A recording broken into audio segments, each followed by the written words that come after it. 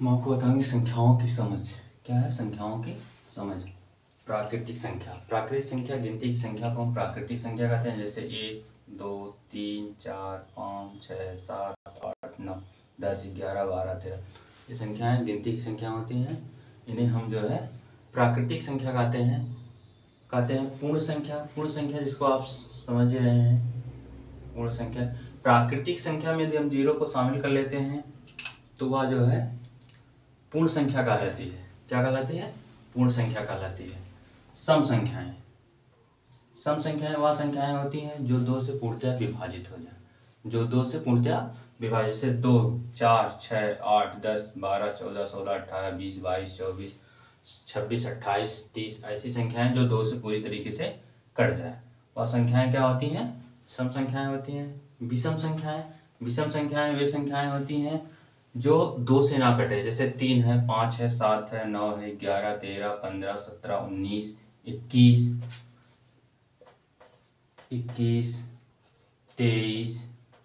25, मतलब और संख्याएं, अतिरिक्त संख्या, और मतलब जो और संख्याएं होती हैं जो मतलब नहीं कटती हैं। ऐसी संख्याएं जो दो से पूर्णतः ना कटे। भाज्य संख्या वह संख्या होती हैं जो एक से कटे, स्वयं से कटे और अन्य संख्याओं से कटे, उसे हम जो है भाज्य संख्या कहते हैं। जैसे 4 है, 4 है, 4 को 1 से भी कटेगा, 2 से भी कटेगा, 4 से भी कटेगा। 6 है, 1 से भी कटेगा, 2 से भी कटेगा और 3 से और 6 से। मतलब कहने का है कि भाज्य संख्याएं वह संख्याएं कहलाती हैं जो मतलब 1 से कटे, स्वयं से कटे और किसी अन्य संख्याओं से और कटे। मतलब 1 से भी कटे और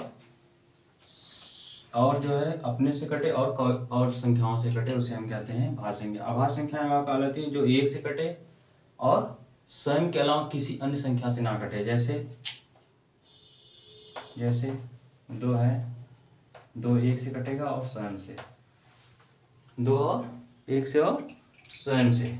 इसके बाद हम देखेंगे दो सबसे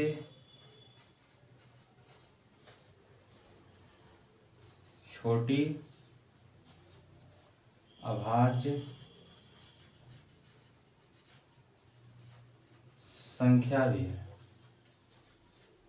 अभाज्य संख्या भी है, दो जो है सबसे छोटी अभाज्य संख्या भी है।